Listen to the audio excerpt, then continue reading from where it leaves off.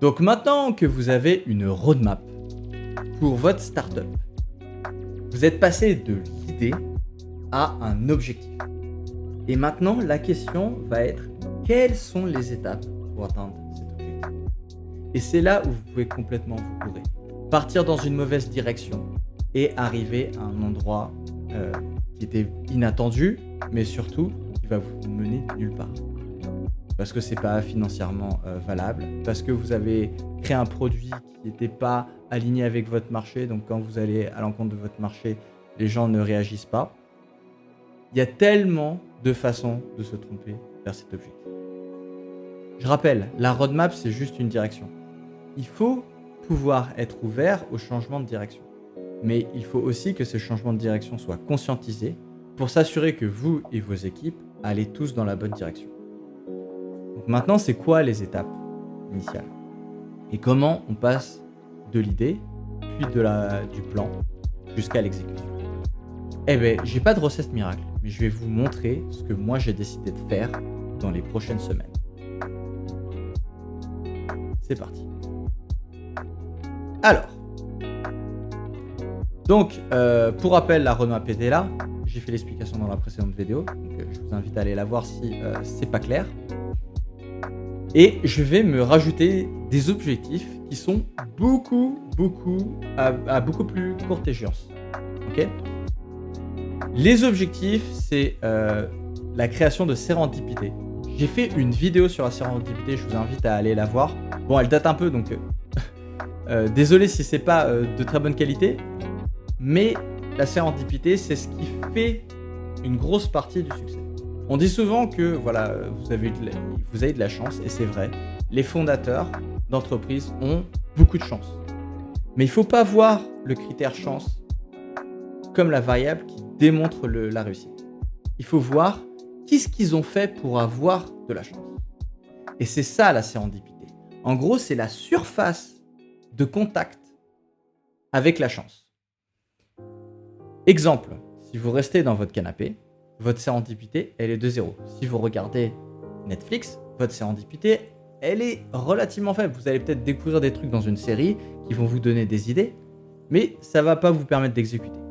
Donc, qu'est-ce quelque chose qui vous apporte beaucoup de sérendipité? Ça dépend de votre situation.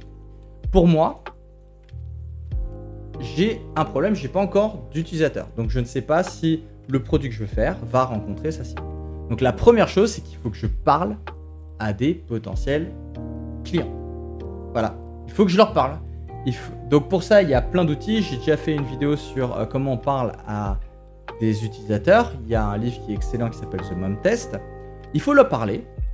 Vous pouvez leur parler avec ou sans pitch de vente à la fin. Moi, je conseille de faire sans pitch de vente à la fin au départ. Et puis, très rapidement, aller sur un pitch de vente pour valider. Et voilà, il faut qu'ils sortent leur crédit carte. Et c'est vraiment l'événement j'achète qui fait que vous avez un succès. Mais pour ça, pour avoir le succès, il faut augmenter votre surface de contact avec vos utilisateurs pour augmenter la chance. Les praticiens, parce que moi j'ai un réseau à 2 têtes, donc il faut que je parle aux praticiens. Et support team, c'est toutes les personnes qui vont me permettre d'exécuter cette stratégie. Et donc je vous en parlerai plus tard, c'est quoi ce que j'entends parler par l'équipe de soutien. L'autre objectif final, c'est d'obtenir mes premiers clients. Voilà. Alors là, on va aller beaucoup plus dans le détail avec déjà une temporalité. Donc j'ai mis des petites étoiles, là c'est un peu la priorité. 3 étoiles, c'est les choses que je dois faire vraiment en premier qui sont urgentes et nécessaires. 2, c'est juste nécessaire, mais pas urgente. Pardon. Et 1, elles sont ni urgentes ni nécessaires dans le contexte actuel. Voilà. Donc ça veut dire que l'urgence peut changer, mais dans le contexte actuel, elles sont ni urgentes ni nécessaires. Allez, c'est parti. Landing page user. Alors, get the first customer by. Et oui, dans 2 semaines. Donc voilà les gens.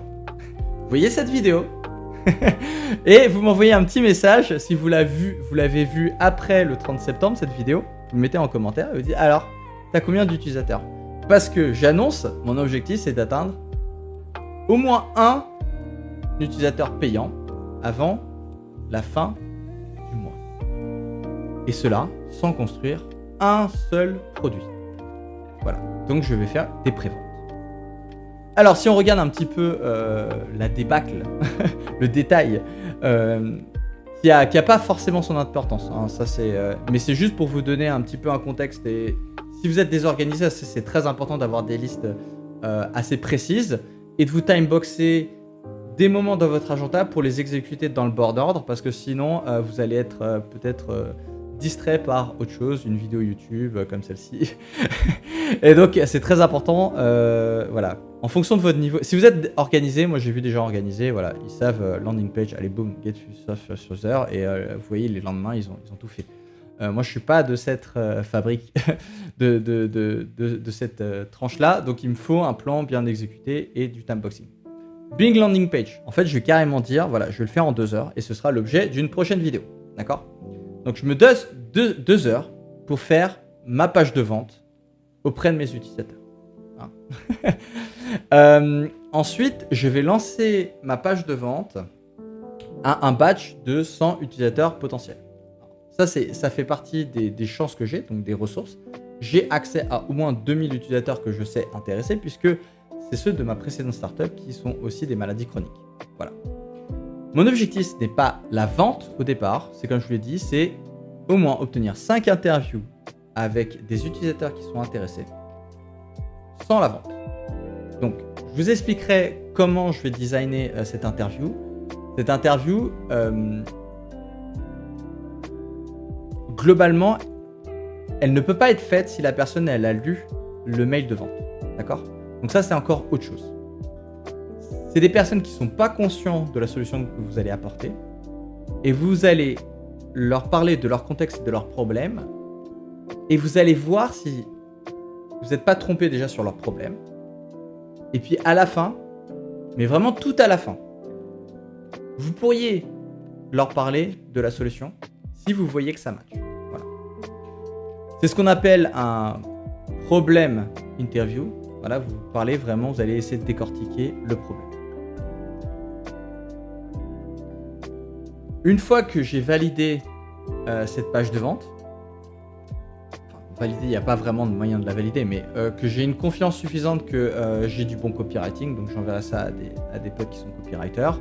Je vais l'envoyer à un deuxième batch qui est la moitié de ma base de données, donc 1000 utilisateurs potentiels. Ok. Et là, je vais prendre la conversion rate le plus bas qui est acceptable, on va dire. 1%. Je veux 1% de prévente. Donc en gros, j'espère avoir 10 pre-sales. Ok. Ce sera un price tag qui sera assez haut, $150. Et ce sera pour 3 mois d'abonnement au programme. Parce qu'en fait, je pense que l'unité de base pour commencer les programmes, ce sera 3 mois. En dessous de 3 mois, je pense qu'il n'y aura aucune valeur. C'est trop faible pour avoir un effet bénéfique d'accompagnement. Voilà. 10 pre-sales. Allez, on passe à la suite. Bien entendu, si je veux faire des ventes de programmes, d'accompagnement, il me faut des personnes qui font l'accompagnement.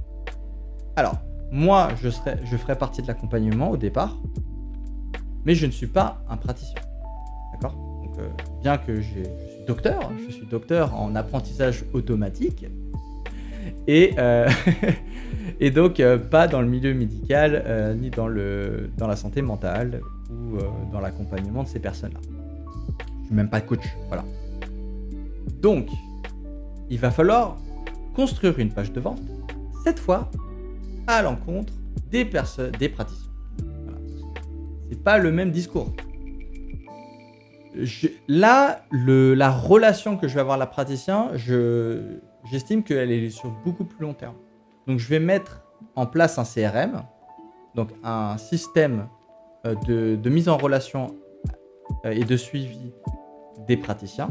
Je pourrais le faire aussi pour mes utilisateurs, mais honnêtement, pour l'instant, c'est pas une urgence. D'accord ? Par contre, voilà, je l'ai mis en 2. C'est important, c'est nécessaire, mais c'est pas non plus hyper urgent. Donc, je pourrais envoyer par exemple mes premières fiches de contact sans CRM. Et puis, quand j'ai mes premières interviews, à ce moment-là, construire lors des premières interviews mon système de CRM. Pour ceux qui savent vraiment pas un CRM, c'est juste que quand vous envoyez un mail, vous avez quelque part que le mail est parti. Donc vous avez bien contacté la personne. Si la personne vous avait répondu, si vous avez fait un entretien avec cette personne, et si finalement vous avez closé la vente, ou si elle n'a pas été, elle a pas été terminée la vente, vous allez noter les raisons qui vont faire qu'il y a eu des objections et des choses comme ça. Comme ça, vous allez pouvoir revenir, par exemple, quand vous avez réglé ces objections-là. Donc très important, et gérer ça sur un carnet ou sur une feuille de papier, c'est un peu suicidaire. Donc un CRM, c'est très bien pour économiser du temps. Donc surtout que moi, je pars sur l'objectif final, c'est d'avoir 3 personnes qui signent. Donc j'ai déjà prévu une charte pour les programmes qui va assez dans les détails, dans le sens qu'il y a carrément la rémunération. La rémunération se basera sur 50-50 sur la plateforme. Donc, c'est-à-dire qu'une fois que les gens ont payé, on reverse 50% de ce qu'on gagne aux praticiens, au prorata des programmes qui ont été faits. Donc s'il y a quelqu'un qui a 1000 utilisateurs qui a fait son programme, eh ben voilà, il aura 50% de 1000 abonnements. Donc ça peut faire une somme assez importante. Et c'est ça l'objectif. C'est que ça soit très rentable pour les praticiens, car on veut justement proposer une alternative aux praticiens que l'ubérisation qu'ils ont à l'heure actuelle. Donc là, je détaille un petit peu la page de vente des arguments que j'ai, mais aujourd'hui, les praticiens et notamment les thérapeutes, les psychologues, etc., se font ubériser par des plateformes, notamment comme Doctolib, comme Livy, dans lesquelles ils ont des contrats assez précaires, et surtout avec des flux d'utilisateurs qui sont pas forcément qualifiés. Donc s'ils veulent se spécialiser sur une maladie chronique, ils n'ont pas l'occasion de le faire. Donc nous, on veut leur donner l'occasion de se spécialiser sur une maladie chronique. On veut leur donner l'espace de réussir. On veut leur donner le temps de venir aussi en symbiose avec la recherche scientifique, lire les publications et être à la pointe, se former. C'est ça qu'on veut. On va avoir une élite de praticiens spécialistes des maladies chroniques qui va vraiment aider les gens. Donc, voilà, désolé pour le discours. Je m'emballe un peu. Donc, Tree Sign Up. Comment je calcule Tree Sign Up et combien de praticiens je dois calculer? Bon, ben là, voilà, c'est un tunnel de base. J'espère que je vais avoir 20% de personnes qui, en interview, seront convaincus par mon approche. Rappelez-le, je leur demande aucun argent. Donc c'est vraiment, je leur dis, on signe, on fait le programme ensemble, et je m'occupe du programme, donc je viens chez vous. Bon, il y a du travail à faire pour construire le programme, etc. Mais globalement, je vais tout faire pour qu'on soit au maximum de la réussite. Et en plus, vous avez les bénéfices. Donc là, si j'ai moins de 20%, je vais me poser des questions. Voilà. 15 avec des praticienneurs. Et après, combien de praticienneurs il faut que je praticiens, pardon. Il faut que je contacte pour avoir 15. Bon, bah, si j'ai... Dans mon réseau, je dois en avoir aussi 15-20 déjà qui accepteront, je pense, de me recevoir. Mais de base, on va dire 50. Il faut au moins que je contacte 50 praticiens qualifiés, donc c'est-à-dire qu'ils soient spécialistes d'une maladie chronique et qu'ils aient une expertise qu'on ne trouve pas, qu'on trouve pas partout. Voilà un petit peu pour la deuxième tâche.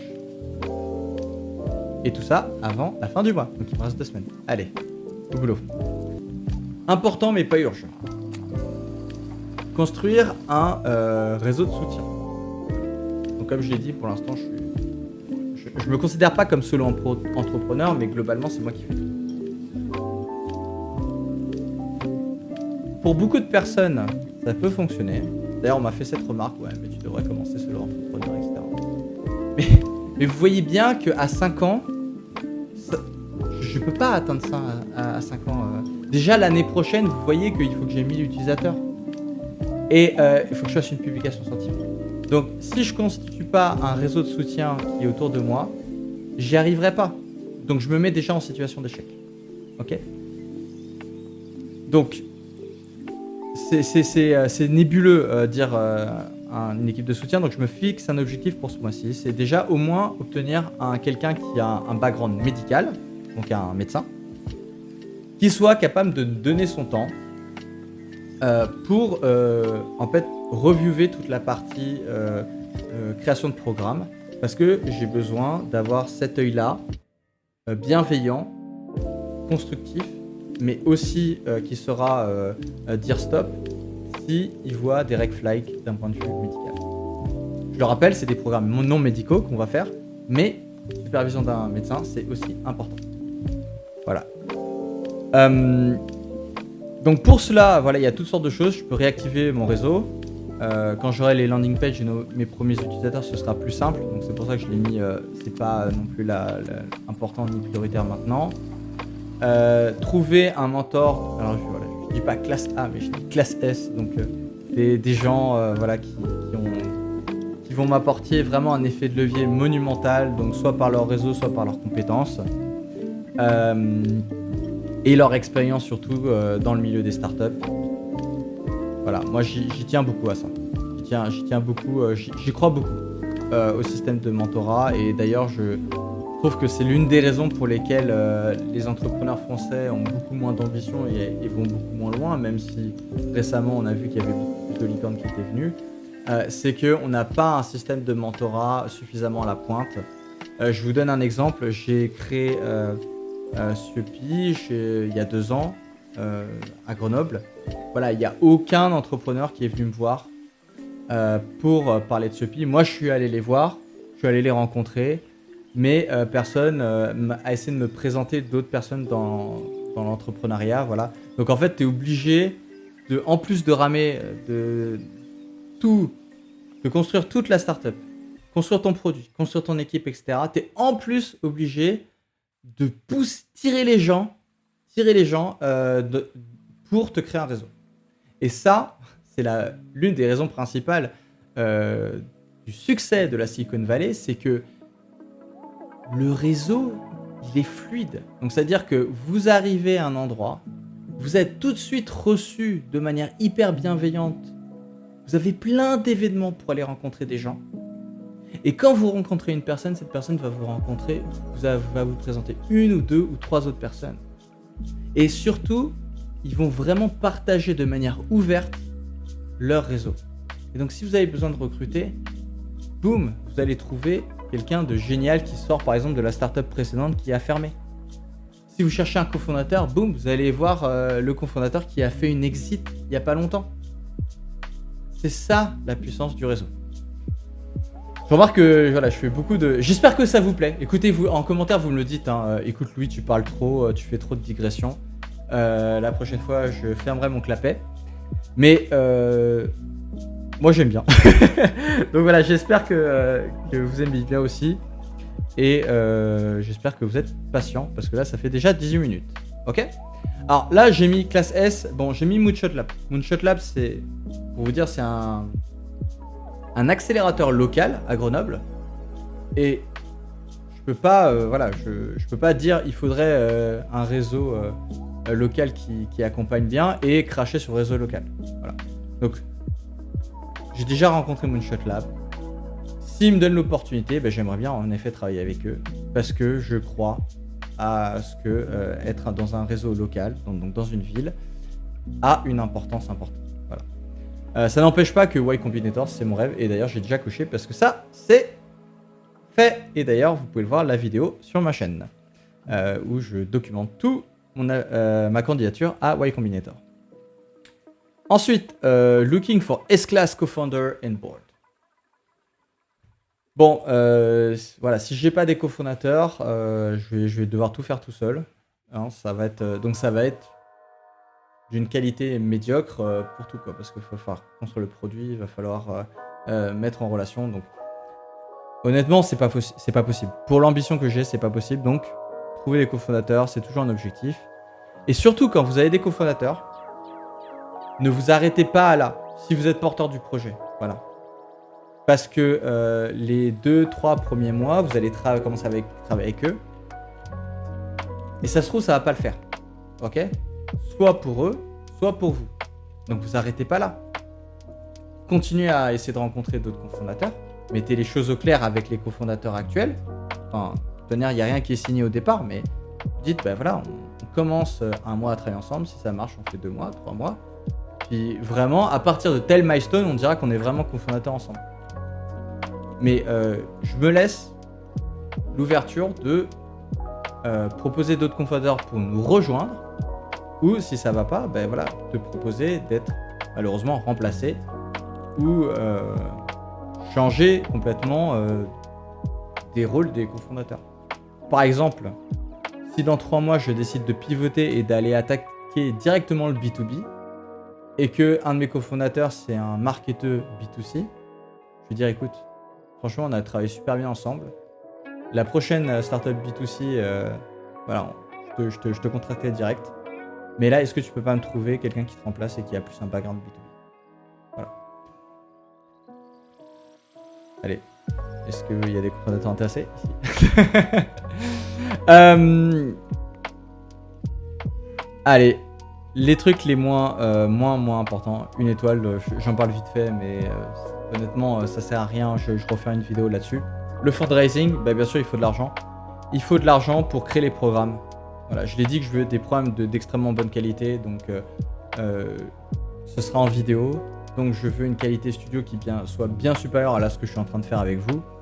Le son, les sous-titres. Donc voilà, tout ça c'est du travail. Hors de question que je le fasse à l'arrache en mode garage.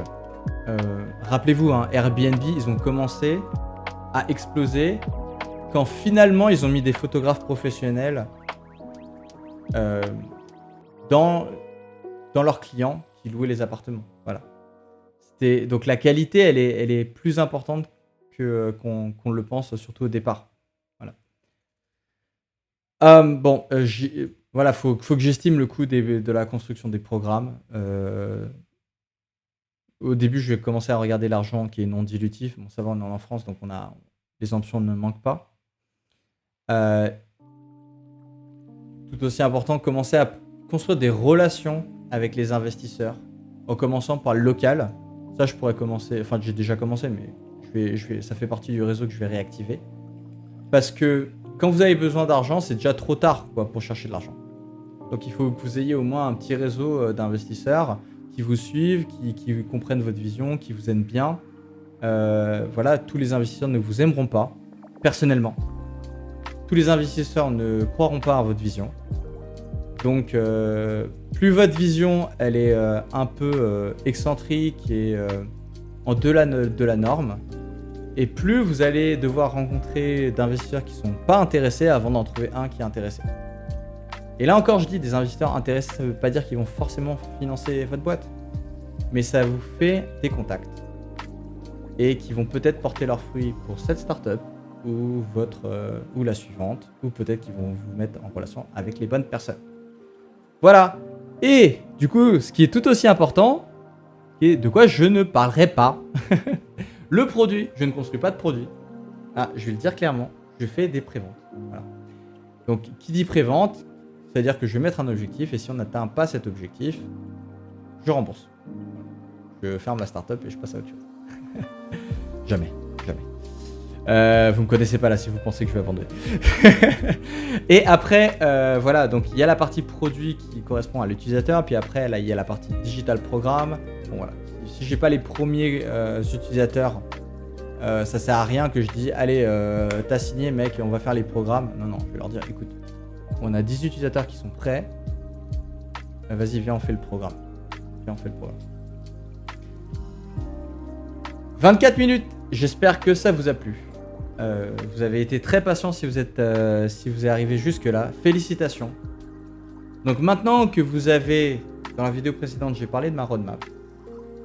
Puis maintenant, j'ai parlé des tâches que je vais faire. Dites-moi, non mais ta roadmap c'est de la merde. Dites-moi tes tâches, tu devrais prioriser ça. Moi, ça m'intéresse d'avoir votre avis. Voilà, je fais ça aussi, construire en public, pour commencer à lier des relations avec vous. Et puis, on sait jamais. Ça se trouve, il y a des personnes qui vont me suivre toutes les vidéos. Elles vont connaître mon business aussi bien que moi. Et du coup, je vais rencontrer mes premiers mentors dans les commentaires. Voilà. Donc c'est avec grand plaisir que je vous attends dans les commentaires, n'hésitez pas. Et si vous aussi vous avez une roadmap, moi je vous invite aussi à la partager. On en discute, moi je fais souvent ça. On m'a envoyé des roadmaps et j'ai fait un petit loom de 5 minutes dans lequel je décortique la roadmap et je vois les éléments de faiblesse. Et ça veut pas dire que ça influence réellement la roadmap du fondateur qui me l'a envoyé, mais ça lui donne des arguments qu'il doit défendre, par exemple s'il est face à des investisseurs, parce que souvent ils vont avoir les mêmes questions. Donc il faut avoir une réponse toute faite et en béton. Allez les gars, ciao et à la prochaine.